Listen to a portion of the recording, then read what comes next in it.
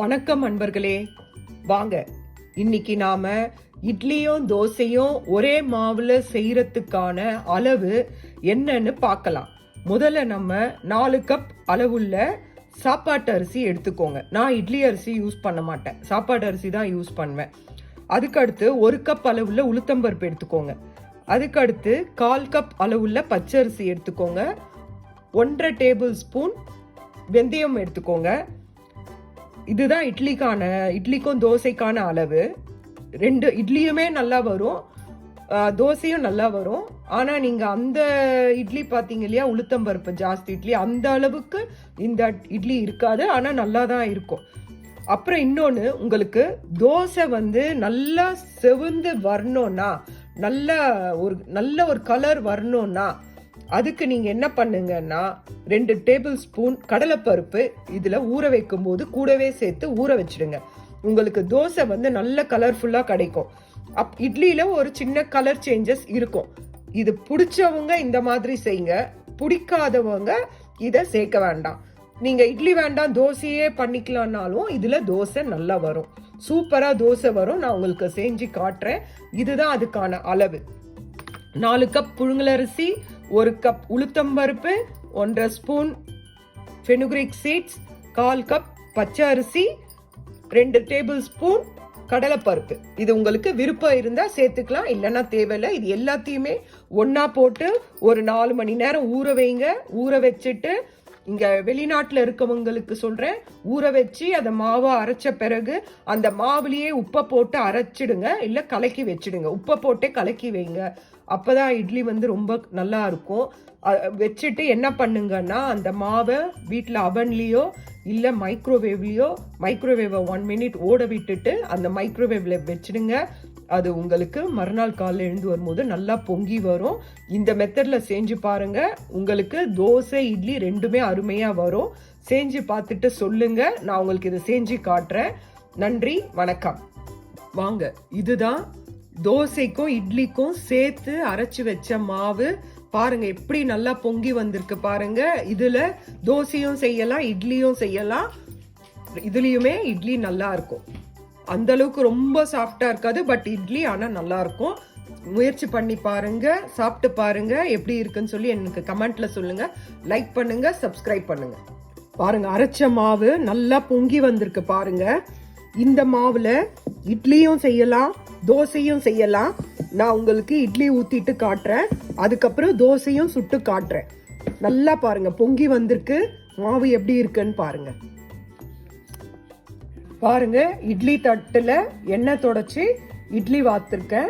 வாங்க எப்படி வருதுன்னு பார்க்கலாம். பாருங்க, தோசைக்கு நான் என்ன பண்றேன்னா, தேவையான அளவு மாவை நான் ஒரு பாத்திரத்துல எடுத்துக்கிட்டு, தோசை மாவு அளவுக்கு இதுல தண்ணியை விட்டு நல்லா தோசைக்கு எப்படி வேணுமோ அந்த பதத்துக்கு கரைச்சுக்கோங்க.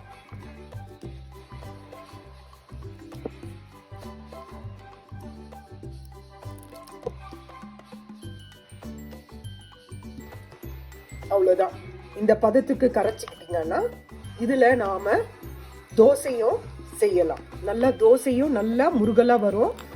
வாங்க நான் செஞ்சு காட்டுறேன். தோசை பாருங்க எவ்வளவு நல்லா வாக்க வருதுன்னு பாருங்க. சூப்பரா வருது. நல்லா அப்படியே நீங்க அந்த கடலைப்பருப்பு யூஸ் பண்ணதுக்கு அதுக்கும் இந்த தோசை நல்லா செவன்னு நல்லா முருகலா சூப்பரா இருக்கும், சாஃப்டாவும் இருக்கும். ட்ரை பண்ணுங்க. இதுக்கு தோசை ரொம்ப மெலிசா வரணும்னா என்ன பண்ணுங்க, தோசையை வாத்துட்டு ஒரு 2 நிமிஷம் கழிச்சிட்டு அதை இந்த தோசை கரண்டியால அது அப்படியே இப்படி அந்த இடத்துல கொஞ்சம் கனமா இருக்கிற மாவெல்லாம் இப்படியே தடவி இந்த கரண்டியால தடவி விட்டீங்கன்னா தோசை நல்லா பேப்பர் மாதிரி வரும். இதுலயே நீங்க கோன் தோசை கூட செய்யலாம். சென்டரா ஒரு கோடு போட்டு சுத்தி வச்சா இதுதான் கோன் தோசை.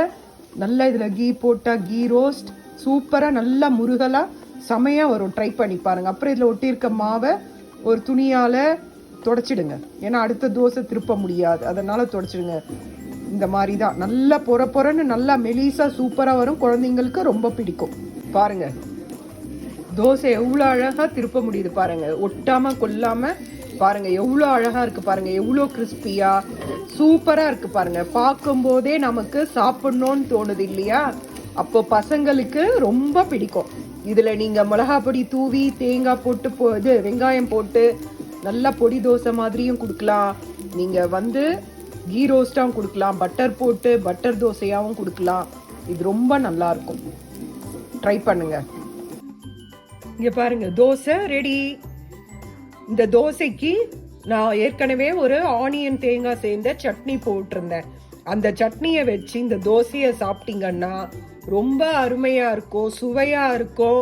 2 சாப்பிட்றவங்க கூட இன்னும் 2 வேணும்னு சொல்லி கேட்டு சாப்பிடுவாங்க. செஞ்சு பாருங்க, இந்த சட்னி செஞ்சு பாருங்க, சூப்பரா இருக்கும். இந்த சட்னிக்கும் தோசைக்கும் செமையா இருக்கும். செஞ்சு பார்த்துட்டு உங்க கமெண்ட்ல எனக்கு சொல்லுங்க. லைக் பண்ணுங்க, ஷேர் பண்ணுங்க, சப்ஸ்கிரைப் பண்ணுங்க. பாருங்க இட்லியும் நல்லா வந்திருக்கு. ஒரே மாவுல இட்லியும் செய்யலாம், தோசையும் செய்யலாம். பாருங்க இந்த இட்லியும் பாருங்க சாஃப்டா வந்திருக்கு பாருங்க. பாருங்க